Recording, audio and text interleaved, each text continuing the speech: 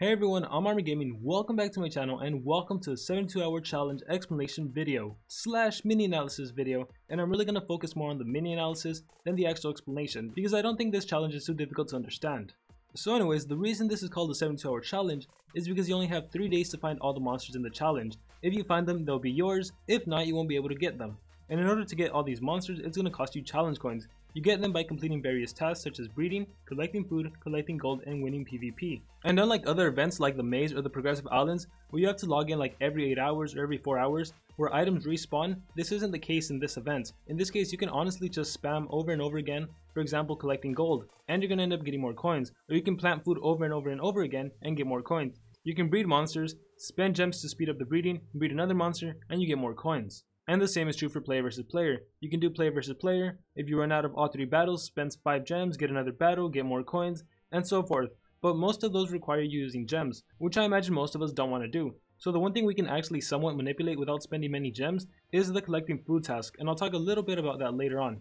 And the way this event works is once you enter a monster's board, you'll be able to flip monster cards and obtain the rewards they hide. Look at them carefully though, because they'll shuffle every time you choose one. And honestly, this isn't really that helpful because even though it's like a card flip challenge where you kind of have to keep an eye on where the monster is, that doesn't matter because everything is actually predetermined. You can't, for example, download like a slow motion app to try to find where the monster is. You can't turn your Wi-Fi off and flip a card over and then turn your Wi-Fi back on if you did get the monster, because you won't even have a chance to get a certain monster until you reach a certain card. For example, like on the second legendary available on this event, you probably won't even have a chance to get them until there's only 4 cards remaining.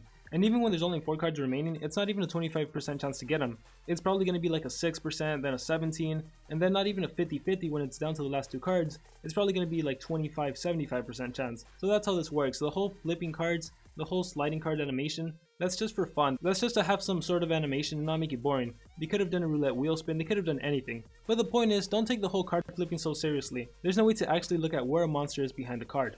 And so anyways, going back to what I said about being able to manipulate how much food you collect, the only way to do that is to activate Faunus, the Guardian of Farming.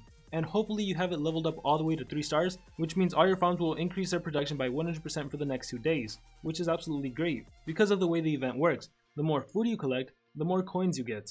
And during this event, you want to plant whatever crop gives you the most food. So for example, right now, the food that gives you the most is the Black Lotus root. However, you should only do the Black Lotus root if you can afford to do so, because it does cost 5 million every time you plant it. So for example, if you can only do the Winged Angel Beans, do that. If you can only do Garden Rocket, do that. Rainbow Snow Peas, do that, and so on. As for me, I have a lot of gold saved up, so I have no problem doing the Black Lotus root. I'm just going to click repeat all, because that's what I have on all the farms, except for this one. This one escaped me. Oh no, yeah, Black Lotus root, I guess I started that one earlier. But anyways, that's all you have to do. And you should only activate the Guardian farm if you can afford to do so, because it is quite expensive to actually activate it. And if activating it prevents you from actually planting crops, then that actually works against you. So on your off time, you should try to level it up all the way for whenever we have 72-hour challenges. But if you can't afford to activate it during the event, then don't even worry about it. Just plant crops as much as you can. And with that out of the way, let's get into the actual mini analysis, starting things off with Rex.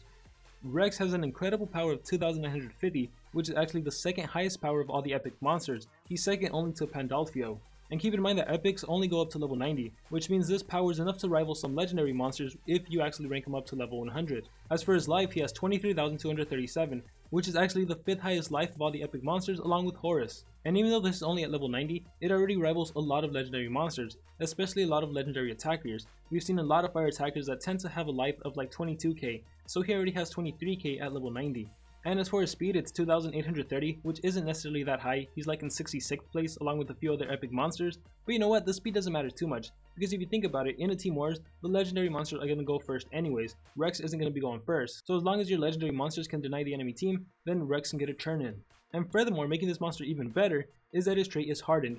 All status effects have a 20% less accuracy against it. So even if the enemy does happen to get a turn in, if they happen to go first, there's a 20% chance you can't get immobilized. So far he's doing pretty darn good. And as for skills, check this out: 60 damage, 26 stamina, 1 shred cooldown, metal based.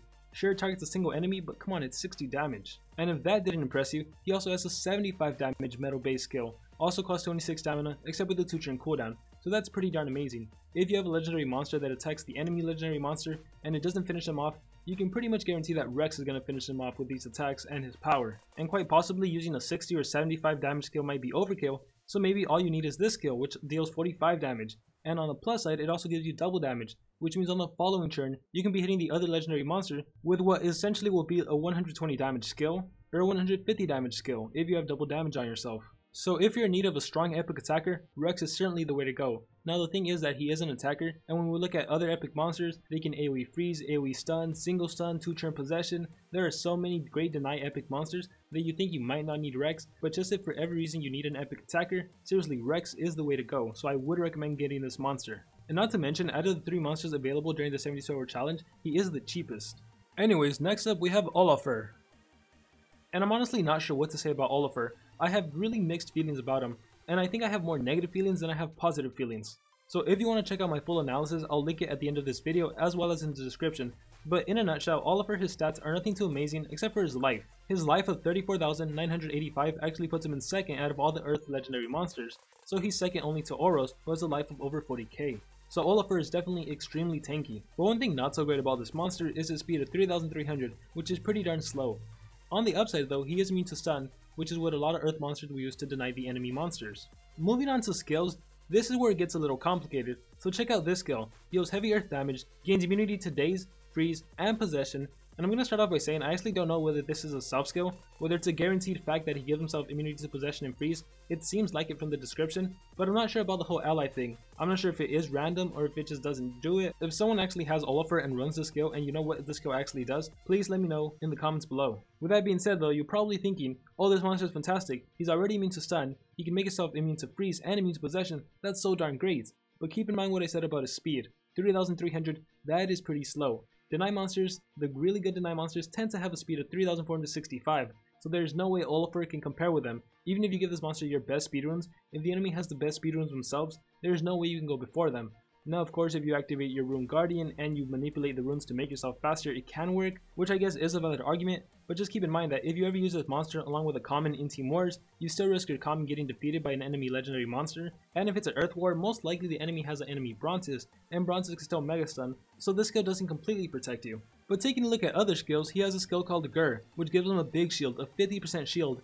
And keep in mind that I said this monster has one of the highest life of all the Earth monsters, so you might be thinking, wow, he's really hard to kill. And that is true, but let's take a look at one more skill called We. This skill returns 75% of received damage. And you might be thinking 75%, that is a lot, that's amazing. The thing is that We and Gur actually, they work against each other. Because when you have a big shield, that means you're not taking any damage, which means you're not reflecting anything. You're not going to be reflecting 75% of the damage, you're going to be reflecting nothing as long as that shield is alive. So if you run one of these skills and then use the other skill, it kind of works against you.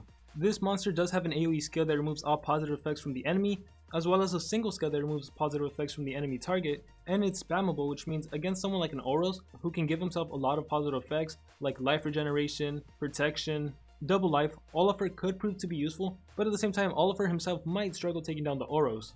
You know, a better option would just be to use Bronzes and to Mega Stun the Oros. You'd be running all speed on Bronzes anyways, and you'd probably be getting a lot more turns in than Oros actually would. And so overall, yeah, I'm a little confused on whether or not it's worth getting this monster. I think between Rex and Olafur, I would have to recommend that you go for Rex. And so that just leaves the last monster, Sir Automatronicus. In terms of stats, Sir Otto has a good power and a good life. His speed, however, is a little on the low end. And as for his trait, he's immune to burning, which makes him the first metal legendary monster to be immune to burning, but it also doesn't help him, considering lots of metal monsters can stun you, and some can even possess you, and then there's Hackster who can hack you, and overall, it would have been way better if he had something like Harden or immune to stun. As for not being immune to possession, he can actually get away with it because he has a lot of self skills, a lot of skills that recover his life and give him an extra effect, so I guess not having an immunity to possession is kind of a good thing, just because of all those self skills. And just check out how powerful this monster is. Ballpeen Hammer deals 75 damage, it costs 28 stamina, and it only has a 1-turn cooldown. Kuhn's Slockner Legacy deals 60 damage, costs 31 stamina, and it has no cooldown, and it even dazes. A spammable special base skill, this is perfect if you ever face a Timerion. A 75 damage metal base skill, this is perfect against any non-metal monster. And so my overall opinion of this monster is that he's good, but he's nothing really too amazing, he's nothing that stands out. Especially considering that there's 27 metal legendary monsters, there's way better choices in my opinion. And between all three of these monsters, I would still have to say that my #1 recommendation is that you just get Rex. After Rex, Sir Otto would probably be your second best choice, followed by Olafur. And quite honestly, the 72-hour challenge event is probably one of the least impressive ones. I'm almost tempted to say that you should just continue to save your gold for the next 72-hour challenge, but who knows when that's going to be, probably months and months away. So if you're like me and you have a lot of gold saved up and you need some more food, go ahead and get Rex. Go ahead and get Sir Automatronicus. As for Olafur, I'm still a little iffy on that monster. And there's also one more monster that you can like somewhat get. You can get cells for a monster. It's Lagercon. And if you don't know by now, this monster is dubbed as one of the worst monsters in the game. I mean, just take a look at his stats, right? These are the stats of a legendary monster. Really quickly, I'm gonna go back to Rex. These are Rex stats, these are Lagercon stats. Rex, Lagercon, Rex, Lagercon. For a legendary monster, he really has a poor power and a poor speed. As for his skills though, they're actually not that bad. He has Dutch Courage, which deals 55 damage, it only costs 20 stamina, which is extremely low, and it has no cooldown and it dazes. He has On the House, which also deals 55 damage, Special Base, 20 stamina yet again, and no cooldown, which means it's spammable and it blinds. Combining these two skills, the enemy will have a negative 75% accuracy. That's pretty good. At the same time though, if you're using two skills against an enemy monster, you'd probably imagine that you'd wipe out the monster. Why would you want to let that monster live, even if it does have negative 75% accuracy? And he has Never Again, which is 55 damage, 20 stamina, this time nature based, 1 turn cooldown, but it stuns. So I actually am a fan of these skills right here, skills group 3, but still, just looking at his stats, this is one of the most underwhelming monsters ever. And so yeah, it goes without saying, you probably don't want to invest your time into getting his cells. So once again, my recommendation would be to get Rex, followed by Sir Automatronicus if you can afford to. And like I mentioned previously, this event didn't really amaze me in terms of what monsters are actually available, so if you actually want to, you can actually just continue to save your gold and don't even worry about this event. So the choice is ultimately up to you. Please let me know in the comments below what you thought about this video, let me know if it was helpful or not so helpful, also let me know if you're going for a monster, which monster you're going to be going for. And with that being said, I wish everyone the best of luck. Like always, remember to dream big and pursue your passions.